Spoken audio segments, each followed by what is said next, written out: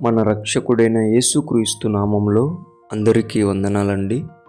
ఈరోజు దేవుని మాటలు మార్కు సువార్త 13వ అధ్యాయం 33వ వచనం. జాగ్రత్త పడుడి, మెలకువగా నుండి ప్రార్థన చేయుడి, ఆ కాలం ఎప్పుడు వచ్చునో మీకు తెలియదు. ప్రియమైన దేవుని బిడ్డలారా, మనం ఎప్పుడు మరణిస్తామో మనకు తెలియదు. దేవుని రాకడ ఎప్పుడు సంభవిస్తుందో మనకు తెలియదు. కాబట్టి నిర్లక్ష్యము పక్కన పెట్టి జాగ్రత్త పడటం అనేది చాలా మంచిది. ఎలా జాగ్రత్త పడాలి అంటే, మెలకువ కలిగి ప్రార్థించి జాగ్రత్త పడాలి. ఈ మెలకువ కలిగి ప్రార్థించటం వలన నీ ఆత్మను నీవు రక్షించుకోగలుగుతావు. మెలకువ కలిగి ప్రార్థించడం వలన నీ కుటుంబంలోని ఆత్మలను నీవు రక్షించుకోగలుగుతావు. మెలకువ కలిగి ప్రార్థించటం వలన ఈరోజు నీవు సంతోషముగా ఆనందముగా గడుపుతున్న నీ సంఘమును నీవు రక్షించుకోగలుగుతావు.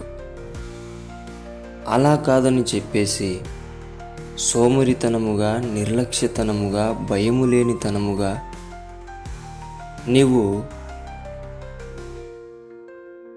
నిద్రపోతూ ప్రార్థన చేయకుండా, విచ్చలవిడిగా తిరుగుతూ ప్రార్థన చేయకుండా సమయమంతా వృధా చేసుకుంటూ వెళ్ళిపోతే ఆ సమయం ఎప్పుడు సంభవిస్తుందో మీకు తెలియదు అంటున్నాడు దేవుడు. ప్రేమను దేవుని బిడ్డ, బుద్ధి లేని కన్యకలుగా మనం ఉంటే గనక మనము విడవబడతామని ప్రతి ఒక్కరూ జ్ఞాపకం ఉంచుకోవాలి. ఎలాగైతే బుద్ధిగల కన్యకలు మెలకువ కలిగి ఉన్నారో అలా మెలకువ కలిగి ప్రార్థించి రక్షింపబడాలని మనస్ఫూర్తిగా దేవుని పేట మనవి చేసుకుంటున్నాను. ప్రార్థించలేని బిడ్డలారా, ప్రార్థించండి, దేవునికి దగ్గర అవ్వండి. దేవుడు మిమ్మల్ని కాపాడేవాడై ఉంటున్నాడు. దేవుడు మిమ్మల్ని రక్షించేవాడై ఉంటున్నాడు. ప్రార్థన రాదు అని సాకులు చెప్పడం మానేయండి. ప్రార్థన ఎలా చేయాలని సాకులు అడగడం మానేయండి. ప్రార్థన అనేది మోకరిస్తే దేవుడే నీకు నేర్పిస్తాడు. నువ్వు మోకరించడానికి సోమరితనాన్ని చూపిస్తే, నిర్లక్ష్యతనాన్ని చూపిస్తే ఎవరు ఏం చేయలేరు. కానీ నువ్వు మోకరిస్తే దేవుడే నిన్ను తాకి స్వస్థపరిచి ఆయననే దగ్గరుండి ప్రార్థన చేసేటట్టు చేస్తాడు. కాబట్టి సోమరితనాన్ని, నిర్లక్ష్యతనాన్ని పక్కన పెట్టి మెలకువ కలిగి ప్రార్థించి దేవునికి దగ్గర అవ్వాలని దేవుని పేట మనవి చేసుకుంటున్నాను. దేవుడి మాటలను దీవించునుగాక. ప్రార్థిద్దాం. యేసయ్యా, మీకు వందనాలు నాయనా.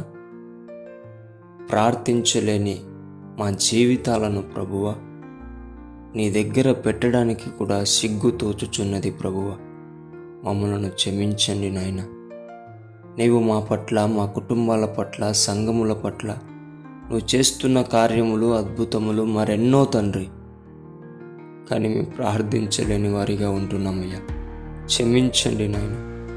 మెలకువ కలిగి ప్రార్థించి రక్షింపబడే బిడ్డలుగా మమ్మల్ని తయారు చేయమని యేసు నామమున ప్రార్థిస్తున్నాం తండ్రి.